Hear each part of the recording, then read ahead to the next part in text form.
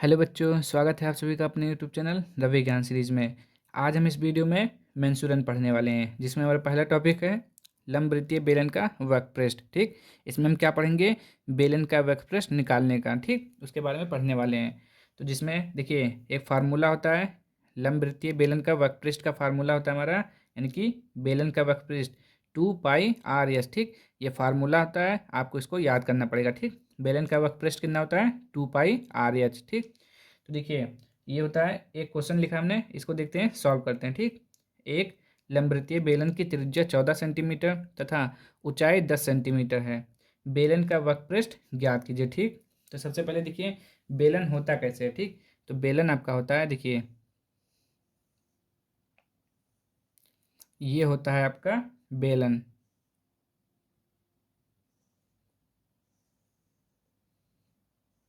ठीक, ये होता है आपका बेलन। ठीक, इसी का आपको क्या निकालना है? वक्रपृष्ठ निकालना है। ठीक, ये क्या होता है? ये जो आपका दिया है ऊंचाई दिया हुआ है, बाकी आपका परिधि। देखिए आप ये भी जानते हैं, तो वृत्त की परिधि क्या होती है? वृत्त की, यहाँ पे लिख लीजिए थोड़ा, देखिए वृत्त की परिधि क्या होती है? वृत्त की परिधि, वृत्त की परिधि क्या होती है? तब क्या बोलेंगे? 2πr। ठीक, तो ये परिधि होगी और ये हो गया ऊंचाई, उसी से मिलकर आपका क्या बना है? वक्रपृष्ठ बना है 2πr/h। ठीक, तो चलिए इसको सॉल्व कर लेते हैं। देखिए ये त्रिज्या क्या होता है? त्रिज्या को हम किससे लिखते हैं? r से लिखते हैं। तो त्रिज्या को आप क्या लिखेंगे? r से लिखेंगे। त्रिज्या ये होता है हमारा r। त्रिज्या कितना दिया हुआ है? 14 सेंटीमीटर। ठीक, कितना दिया हुआ है? 14 सेंटीमीटर दिया हुआ है। उसके बाद देखिए ऊंचाई, ऊंचाई का मतलब क्या होता है? h। ऊंचाई कितना दिया हुआ है? ऊंचाई को आप क्या लिखेंगे? h लिखेंगे। ठीक, स्मॉल h। h कितना दिया हुआ है? 10 सेंटीमीटर दिया हुआ है। ठीक, ये हो गया। अब देखिए, अब हमें आपको क्या मालूम करना है? इसका वक्रपृष्ठ निकालना है, यानी कि 2πr/h। तो यहाँ पे लिखेंगे बेलन का वक्रपृष्ठ। तो देखिए बेलन का वक्रपृष्ठ लिख लेंगे, यहाँ पे कितना होता है? बेलन का वक्र पृष्ठ। ठीक, ये हो गया। इसका फार्मूला क्या होता है? सॉरी, इसका फार्मूला क्या होता है? 2πr/h। ठीक, 2πr/h। तो यहाँ 2 का 2 लिख देंगे। पाई का मान कितना होता है? पाई का मान 22/7 लगभग इसी को माना जाता है। ठीक, तो यहाँ पे गुणे का निशान लगा के 22/7 लिख देंगे। आर कितना दिया हुआ है? 14 दिया हुआ है। एच कितना दिया हुआ है? 10 दिया हुआ है। अब काट देंगे, 7 दूना 14, 7 से 2 बार में कट गया 14, तो 22 दूना 44, 44 दूना 88, गुणे का 10, कितना आ गया? 880 वर्ग सेंटीमीटर। ठीक, ये हो गया बेलन का वक्र पृष्ठ। क्या हो गया? बेलन का वक्र पृष्ठ हो गया। अगर आपको वृत्त का क्षेत्रफल निकालना होता तो क्या करते हैं? वृत्त का क्षेत्रफल क्या होता है? πr²। वृत्त की परिधि निकालने के लिए बोलेगा तो 2πr केवल लिख देंगे। ठीक, तो वृत्त की परिधि निकल आएगा। चलिए, तो ये हो गया हमारा एक क्वेश्चन। एक क्वेश्चन और देखते हैं इसको।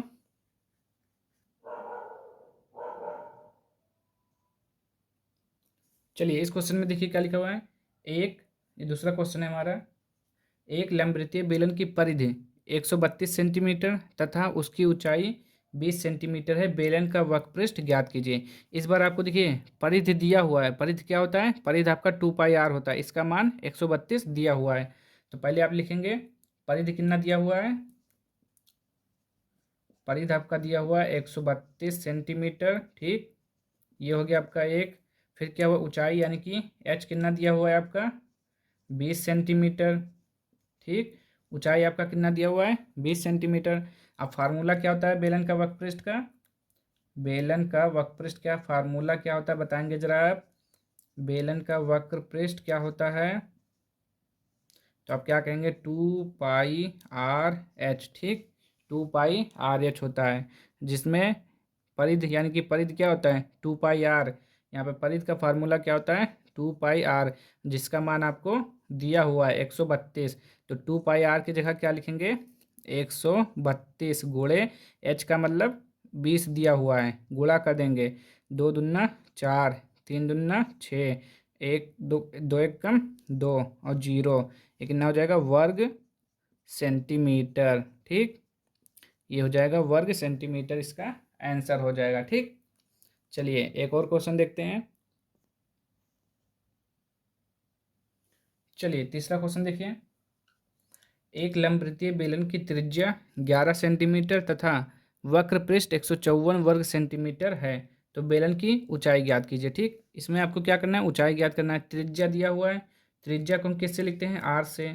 कितना दिया हुआ है, 11 सेंटीमीटर। ठीक, 11 सेंटीमीटर।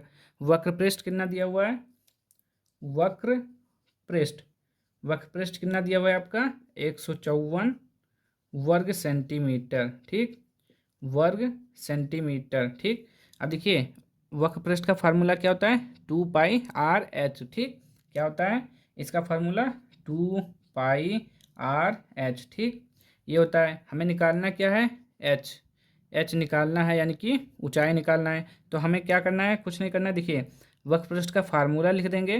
देखिए इसके बराबर ये दिया हुआ है, यानी कि 2πr/h बराबर कितना दिया हुआ है, 154। ठीक, अब देखिए 2 का मतलब क्या होता है 2, पाई का मतलब क्या होता है 22/7 होता है। ठीक, एच मतलब मालूम नहीं है, आर का मतलब दिया हुआ है 11 सेंटीमीटर, हमें एच मालूम करना है, और यहाँ पे 154। ठीक, क्या करना है, आपको तिरछा गुणा कर देना है। तो तिरछा गुणा कर दीजिए, कितना आ जाएगा आपका। देखिए इससे आप इसमें गुणा कर देंगे, तो पहले देखिए क्या लिखेंगे आप, 2 × 22 × 11 × बराबर का 154 × 7। एच का मान निकालना है, तो ये सब बटे में जाएगा। तो 154 × 7 बटे का कितना हो जाएगा, देखिए 22 दूना 44 हो जाएगा। ठीक, 44 × 11 हो जाएगा। ठीक, अब क्या करना है, अब आपको भाग कर देना है। ठीक, तो जो कट जाए उसको काट दीजिए। तो देखिए ये 2 से कट जाएगा, ये भी 2 से कट जाएगा, तो ये 2 से कटेगा, 2×7 = 14, फिर 2×7 = 14, फिर ये कटेगा 22 दूना 44। ठीक, 11×7 = 77। ठीक, तो कितना आ गया आपका, ये 7 7 7। ठीक, कितना हो गया, 7×7 = 49, 49×7 कितना हो जाएगा, 343 बटे का 22।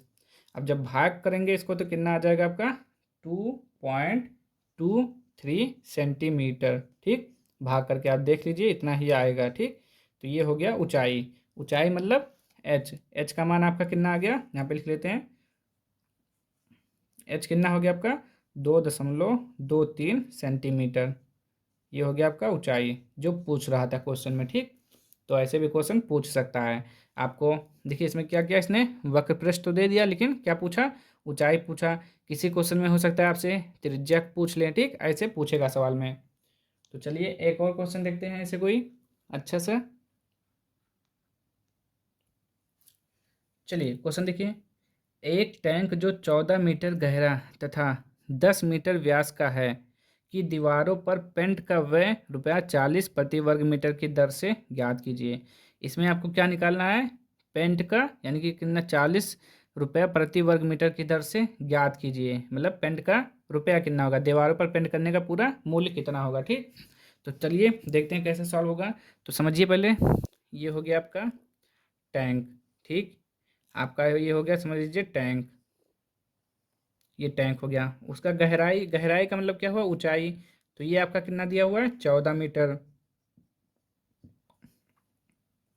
ठीक, ऊंचाई कितना दिया हुआ है, 14 मीटर। ये होता है आपका एच। उसके बाद 10 मीटर व्यास, व्यास क्या होता है, जो ये सर्कल होता है। ठीक, सर्कल का ये भाग होता है व्यास, यानी कि ये जो दिया हुआ है व्यास दिया हुआ है। ठीक सॉरी। और हमें हमें इस क्वेश्चन को सॉल्व करने के लिए हमें किसकी ज़रूरत पड़ती है, आर। आर मतलब क्या होता है, त्रिज्या। ये होता है व्यास, इसको बोलते हैं व्यास, इसको लिखते हैं डी से। ठीक, हमको चाहिए क्या, हमको चाहिए आर, यानी कि इसका आधा। आधा कैसे निकलेगा, जब डी का बटे का 2 कर देंगे तो हमारा आर निकल आएगा। ठीक, हमको चाहिए क्या, त्रिज्या। ये हो गया। और उसके बाद क्या करना है, वक्रपृष्ठ निकालेंगे, उसके बाद पेंट का मूल निकाल लेंगे। तो चलिए देखते हैं इसमें क्या क्या दिया हुआ है। ठीक, तो देखिए टैंक की क्या दिया हुआ है, गहराई का मतलब क्या हुआ, ऊंचाई। तो आप यहाँ पे लिखेंगे टैंक की, टैंक की गहराई। ठीक, टैंक की गहराई कितना दिया हुआ है, यानी कि एच से लिखेंगे कितना दिया हुआ है 14 मीटर। उसके बाद देखिए व्यास, व्यास को हम डी से लिखते हैं, तो ऐसे भी लिख सकते हैं व्यास को डी, ठीक, कितना दिया हुआ है 10 मीटर। तो हम त्रिज्या निकाल लेंगे, कैसे निकलेगा त्रिज्या, त्रिज्या बराबर होता है डी बटे का 2, यानी कि व्यास बटे 2, ये त्रिज्या का फार्मूला होता है, ठीक, व्यास बटे का 2। तो डी कितना दिया हुआ है 10, 10 बटे का 2 कितना हो जाएगा 5 मीटर, ठीक, 5 मीटर त्रिज्या हो गया। अब हम क्या निकालेंगे, वक्र पृष्ठ निकालेंगे, ठीक, टैंक का वक्र पृष्ठ, यहाँ पे लिखेंगे टैंक का वक्र पृष्ठ, ठीक, टैंक का वक्र पृष्ठ क्या होता है 2πr/h, ठीक, ये होता है।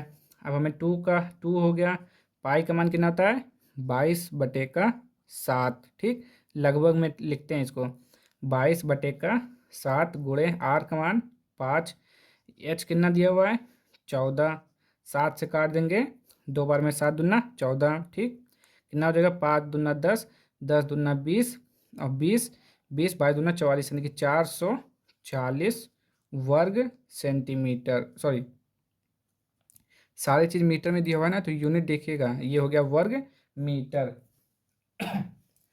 अब हमें क्या करना है, ये तो हो गया इसका वक्र पृष्ठ, हमें निकालना क्या है वर्ग, उसका क्या निकालना है, दीवारों पर पेंट का व्यय, यानी कि कितना खर्च होगा वो निकालना है। तो चलिए इसको भी सॉल्व कर लेते हैं। अब देखिए इधर का थोड़ा हम मिटा लें हैं, ठीक, इसको मिटा देते हैं, यहीं पर इधर सॉल्व कर लेते हैं, ठीक। अब देखिए क्या दिया हुआ है, पेंट का व्यय ₹40 प्रति वर्ग मीटर, यानी कि प्रति वर्ग मीटर का मतलब होता है 1 वर्ग मीटर पेंट कराने का व्यय। तो आप क्या लिखेंगे, यहाँ पे लिखिए चूँकि 1 वर्ग मीटर 1 वर्ग मीटर पेंट का व्यय, 1 वर्ग मीटर पेंट का व्यय कितना दिया हुआ है, यानी कि व्यय मतलब होता है खर्च, ठीक, 1 वर्ग मीटर पेंट का खर्च कितना दिया हुआ है 40 रुपया, ठीक। तो हमें निकालना किसका है 440 वर्ग मीटर का निकालना है ना, तो क्या करना है आपको, तो 440 का लिखेंगे, इसलिए तो क्या हो जाएगा 440 वर्ग मीटर पेंट का मूल्य, यानी कि व्यय क्या हो जाएगा आपका, व्यय मतलब खर्च होता है, ठीक। तो 440, देखिए 1 वर्ग मीटर का कितना दिया हुआ है 40, तो 440 वर्ग मीटर का क्या होगा, गुणा कर देंगे किससे, जिसके 1 वर्ग मीटर से, ठीक, 40 से। तो आपका कितना आ जाएगा 4 चौक 16 का 6, 4 चौक 16 1 17, और यहाँ पे कितना 0 2 0, कितना हो जाएगा रुपया, ठीक, ये आपका रुपए में आंसर आ जाएगा। तो यही आपका फाइनल आंसर है, और जो आपसे क्वेश्चन में पूछ रहा है। फिर से देख लेते हैं, इसमें आपको क्या क्या दिया हुआ है, टैंक की गहराई दिया हुआ है, गहराई मतलब होता है उसकी ऊंचाई, ठीक, फिर व्यास दिया हुआ है, और हमें मालूम है व्यास क्या होता है, व्यास जो होता है त्रिज्या का दुगना होता है, तो हम व्यास से निकाल लेंगे त्रिज्या, यानी कि त्रिज्या बराबर होता है व्यास बटे का 2, 5 मीटर आ गया।